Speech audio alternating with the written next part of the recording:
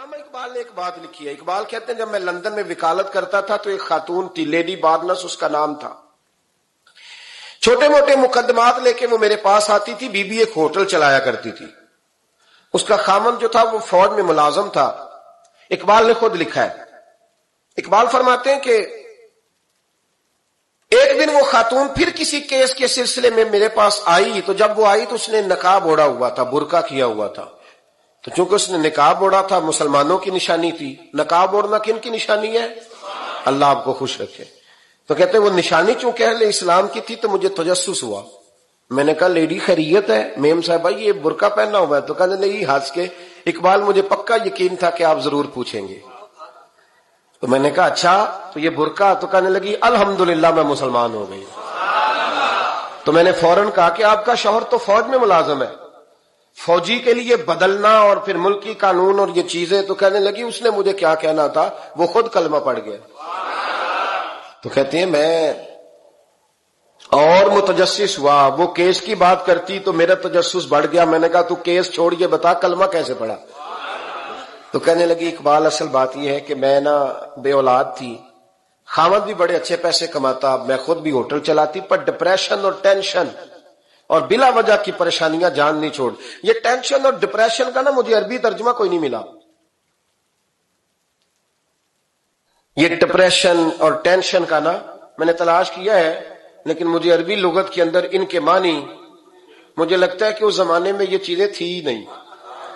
ہوتی تو ان کا کوئی نام بھی, یہ آج ہے نا تو اس لیے آج کے زمانے میں ہی نام ہے مفت کا, مفت کی پریشانی.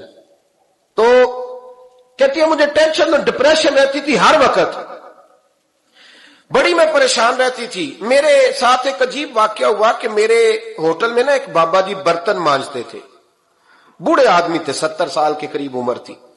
ان کا ایک بیٹا تھا, ایک بہو تھی, ایک پوتا تھا, لیکن وہ بیچارے بیٹا بیمار رہتا تھا تو لہذا وہ خود مزدوری کرتے. کہتے ہیں ایک دن وہ بابا جی میرے پاس آئے, کہنے لگے میم صاحبہ 2-4 دن کی چھٹی چاہیے. تو میں نے کہا خیریت ہے؟ کہنے لگے میڈم میرا بیٹا فوت ہو گیا. بیٹا, آپ کو پتہ ہے باپ کا جنازہ پڑھنا آسان ہے, بیٹے کا جنازہ اٹھانا بڑا مشکل کام. کہتی ہے میں کچھ لکھ رہی تھی, میرے ہاتھ سے قلم گر گیا. میں نے خود گاڑی بھیجی, بابا جی گاؤں چلے گئے جہاں وہ رہتے تھے. کہتی 2-3 دن کے بعد میں اور میرا شوہر گئے تو رستے میں ہم باتیں کر رہے تھے کہ کیا تعزیت کریں گے. ایک ہی بیٹا تھا, کوئی رشتہ دار بھی نہیں, تو اس کی تو کائنات اجڑ گئی, کن لفظوں سے اسے تعزیت کیا کہیں گے. کہتے جب ہم گئے تو وہ ٹوٹی ہوئی چٹائی پہ بیٹھا تھا, کچھ لوگ قریب تھے. ہم نے جا کے کہا بابا آپ مسلمان ہیں, ہم آپ کو کیا نصیحت کریں, ایک ہی بیٹا تھا, کہ کس طرح کر کے ہم آپ کو تسلی دیں. تو کہتے اس نے آنکھیں کھولی, بوڑھی آنکھوں میں ایمان کی روشنی.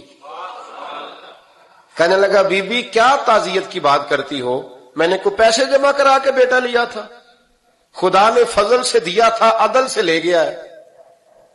میں اپنے رب کے فیصلوں میں بڑا راضی ہوں, اللہ بڑا کریم ہے, وہ لے گیا, اس کا مال تھا.